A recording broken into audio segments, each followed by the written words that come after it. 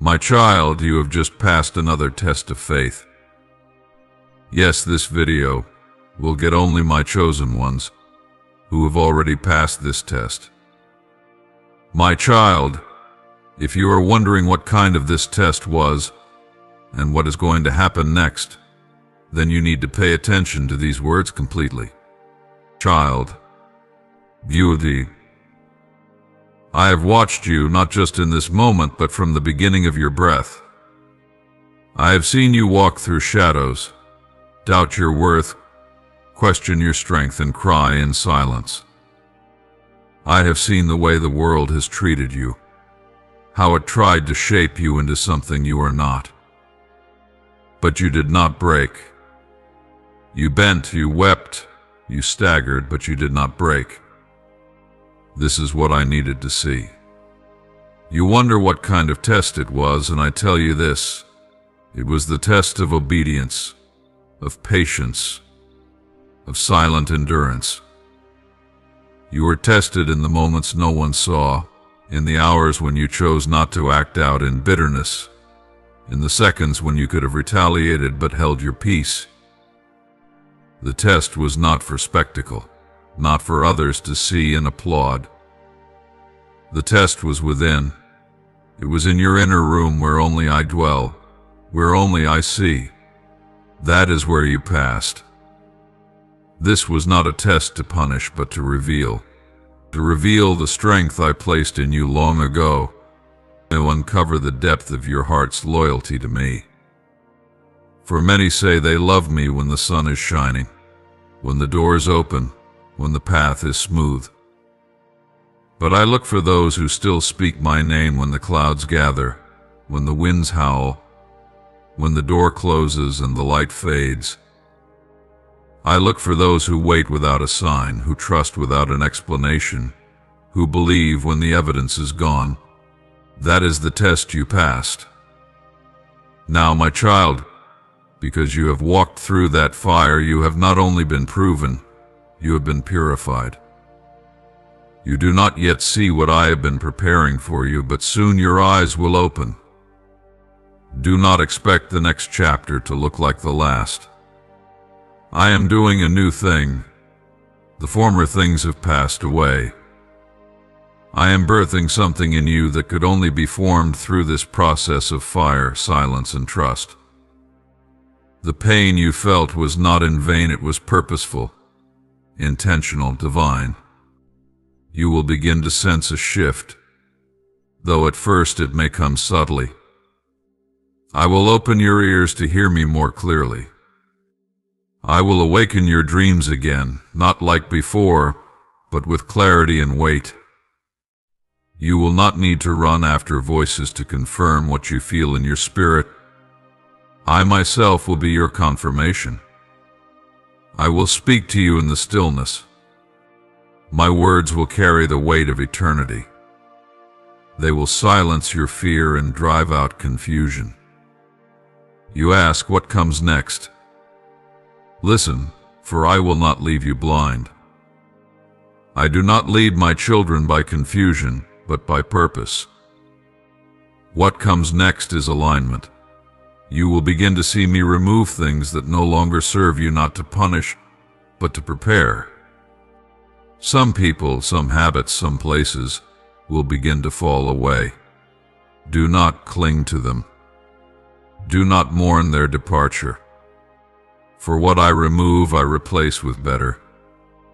What I prune, I cause to bear more fruit.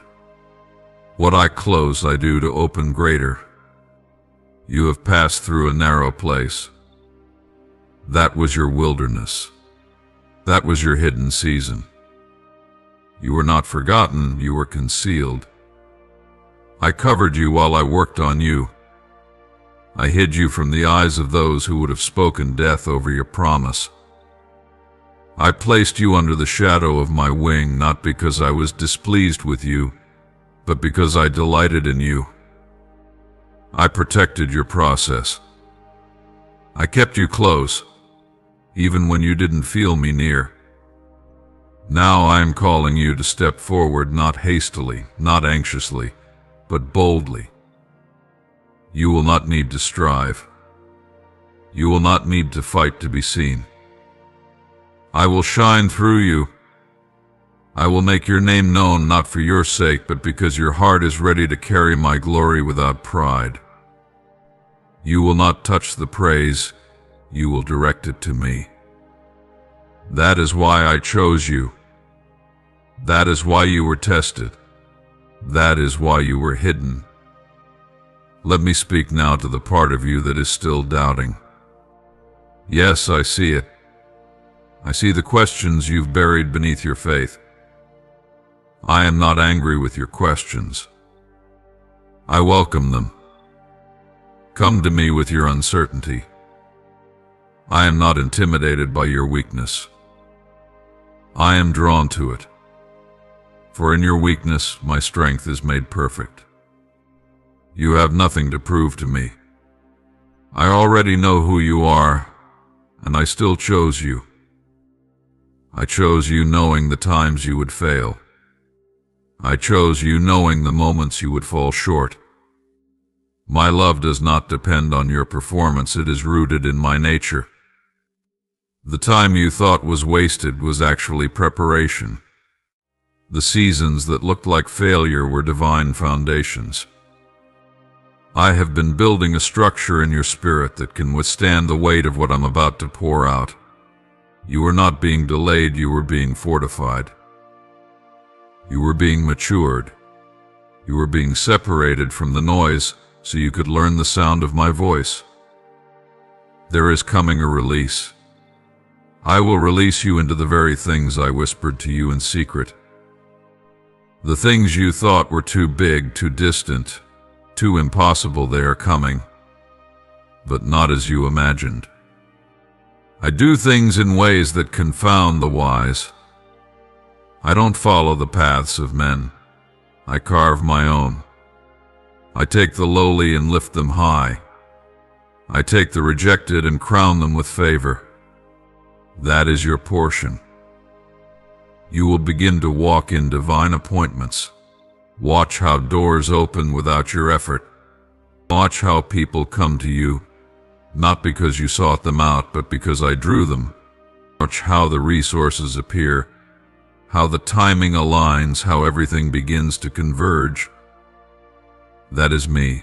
That is my hand. You will know it because there will be peace, not pressure.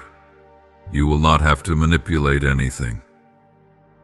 I will cause it to come to you because your heart is aligned with mine.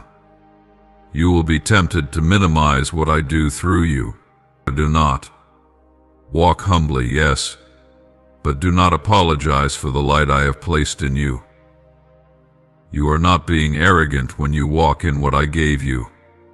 You are being obedient. Let your confidence be in me, not in yourself. Do not shrink back to make others comfortable. Do not downplay your calling to avoid rejection. You are not responsible for how others respond to your obedience. You are responsible to obey. Let me remind you, you were made for this time, not another. This time. I placed you here in this generation, in this moment of history, because I saw something in you that fits my divine puzzle. Your voice matters. Your steps matter. Your obedience matters. Every yes you give me echoes into eternity. Every act of love, every hidden sacrifice, every prayer uttered in tears, it all matters. Nothing is wasted. You will begin to feel an urgency, not of anxiety, but of divine motion. I am moving, and I am moving you. You will no longer be stuck. You will no longer live in cycles. I am breaking the loops. I am severing the ties to old patterns. The enemy tried to convince you that you would always struggle, always be overlooked, always be on the outside. That lie is broken. I speak a new word over you: forward. Not backward, not circling, forward. Prepare your heart for the unexpected. I will surprise you with my goodness. I will show you favor in places you thought were closed to you. I will elevate you in areas where you felt inadequate. I will pour my Spirit upon you in greater measure, not just for your sake, but for the people I have assigned to your voice, your touch, your presence.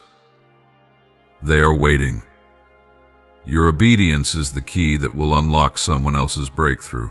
Child, listen now, for I will speak to you of those who came before you, those whose names the world knows, and those whose names are only written in heaven. You must understand that what you are experiencing is not new. This road of testing, fire, purification, and promise has been walked by many before you. You are not the first to feel the weight of silence, the burden of waiting, the sting of rejection, the confusion of delay. You walk in the footsteps of those who were called, chosen, broken, and then elevated not by man's power, but by my Spirit. Think of Abraham. I called him from his homeland, from everything familiar, into a land he did not know. I spoke a promise to him, not just of a land, but of a legacy. I told him his descendants would outnumber the stars. And yet, for decades, there was no child. His faith was tested not once, but continually. There were moments when it seemed the promise would never come. There were seasons when he doubted, when he tried to fulfill my word in his own way. But still I called him righteous, not because he was perfect, but because he believed. And when the time was right, my time, not his, I gave him Isaac, the son of promise. But even then I tested him again, asking him to place that very promise on the altar. And he obeyed.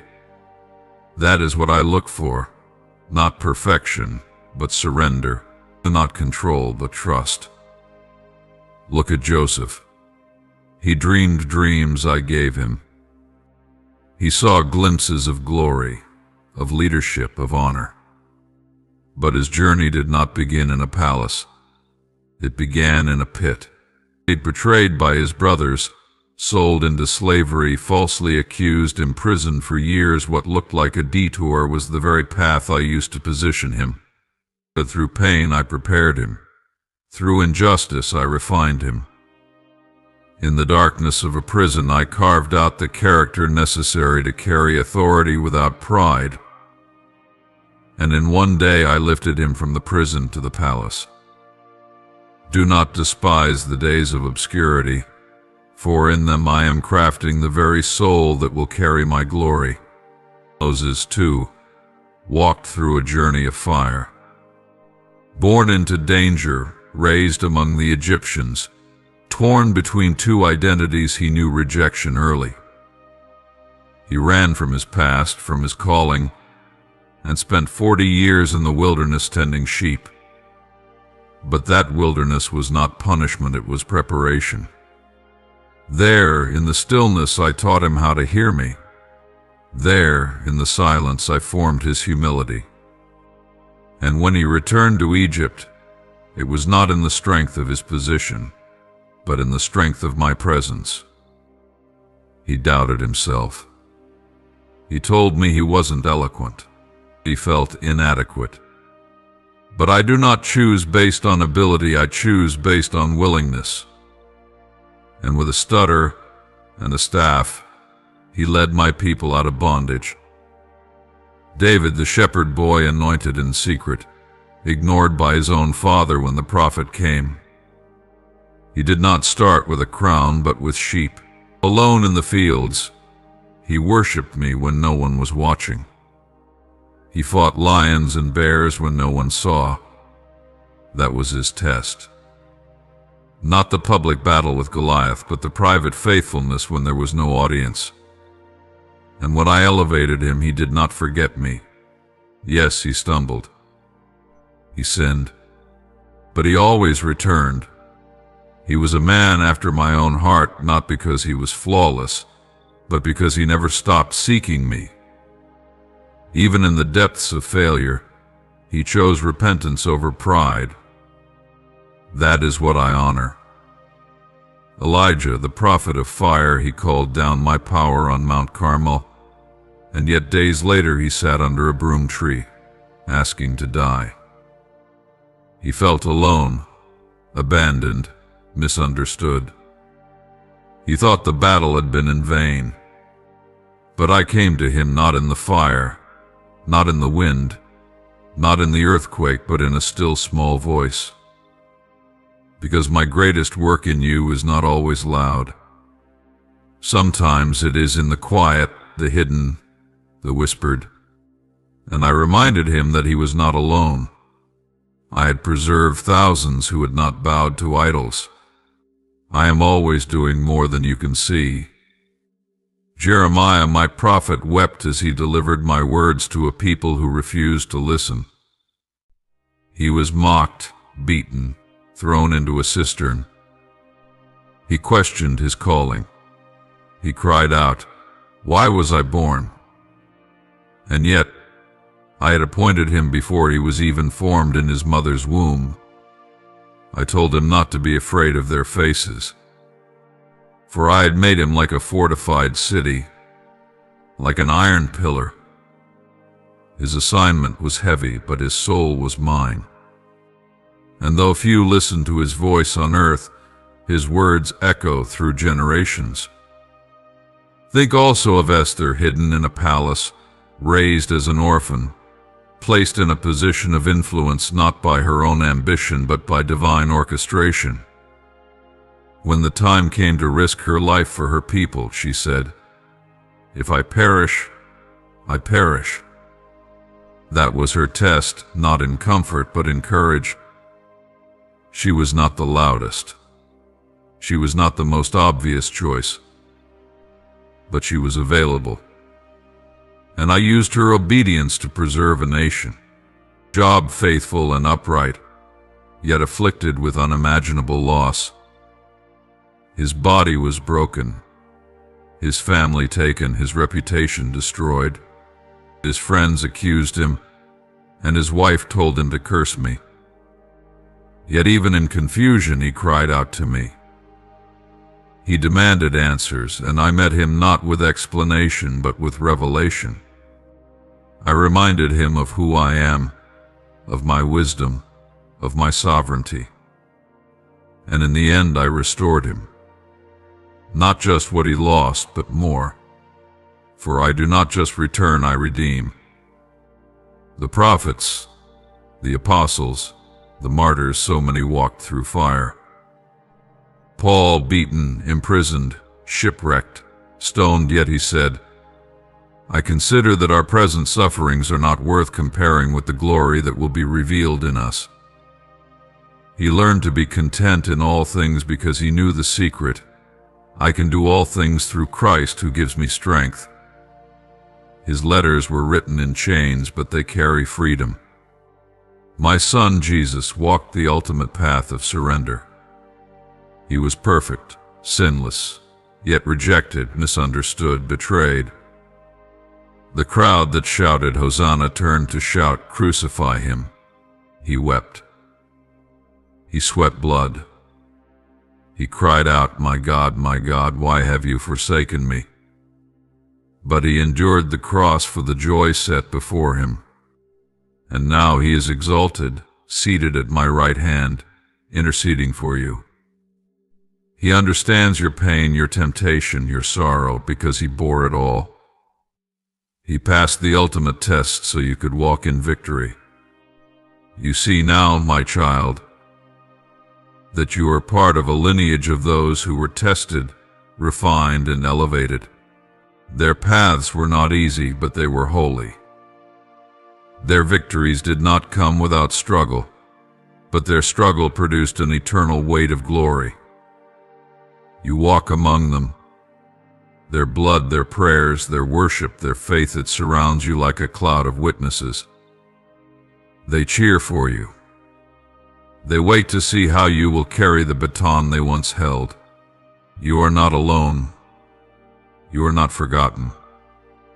You are not disqualified. Every feeling you've had, every fear, every tear, it has been felt by those who came before you. And like them, you will overcome. Not by your strength, but by mine. Not by your perfection, but by my grace. I do not call the qualified, I qualify the called. Even now I am aligning your journey with divine echoes from the past. You will feel drawn to the same places of prayer, of stillness, of courage. You will begin to understand the scriptures not just with your mind, but with your experience. They are not stories, they are patterns. Patterns of my ways. Patterns of my faithfulness. Patterns of how I work in those who yield fully to me. I want you to know that what you are facing has meaning. It has purpose. It is producing in you a legacy that will outlive your years. What I am doing in you is not just for this season, but for generations to come. The choices you make now, the faith you show now, the surrender you walk in now, it will affect more than you can see. Just as the obedience of those before you shaped your path, so will yours shape the path of those after you. You are being grafted into a holy story, a divine narrative. The same fire that touched the lips of Isaiah, the same breath that filled Ezekiel's valley of dry bones, the same spirit that fell at Pentecost, that same power is with you now. You are not at the end of the line. You are in the continuation of my movement. Even in your weakness I am strong. Even in your questions I am faithful. Even in your delay I am working. I waste nothing. I forget nothing. I forsake no one. When I start a work, I complete it. When I promise, I perform. My word never returns void. What I said to you, I will do. What I showed you, I will bring to pass. Not on your schedule, but on mine, and mine is perfect. I want you to take heart. Take courage. When the darkness tries to whisper that you've missed it, that it's too late, that it's too hard, remember those before you. They heard the same lies, but they clung to me, and I vindicated them. I lifted them. I fulfilled what I spoke, and I will do the same for you. You may feel small, but you are chosen. You may feel behind, but you are right on time. You may feel invisible, but I see you. The world may not understand your process, but I authored it. And what I write, no man can erase. What I ordain, no power can stop. What I begin, I finish. So lift your head, wipe your tears, take another step. You are walking a path marked by my hand. Every detour, every delay, every heartbreak, I have used it to shape your heart for me. Do not compare your journey. I never make duplicates. I write unique stories. Yours is beautiful, holy, and eternal. There will be more tests, yes, but with every test comes greater revelation, greater intimacy, greater authority. The test is not meant to break you, but to build you. It is not to shame you, but to show you what I've placed inside you. Each test brings you deeper into the mystery of who I am and who you are in me. You are not just called to survive. You are called to reign, not in pride, but in purpose. Not in arrogance, but in anointing. The people of the past stood in their time. Now you stand in yours. Do not shrink back. Do not let fear silence your song. Raise your voice. Take your place. Shine my light. And when you feel weary, remember you are not the only one. You are surrounded by those who know what it costs to carry my fire. Their stories are not just in books, they are alive in heaven, and their spirits bear witness to mine. The same Spirit who sustained them will sustain you. The same love that carried them through will carry you. I have never failed. I never will. Not in them. Not in you. So trust me.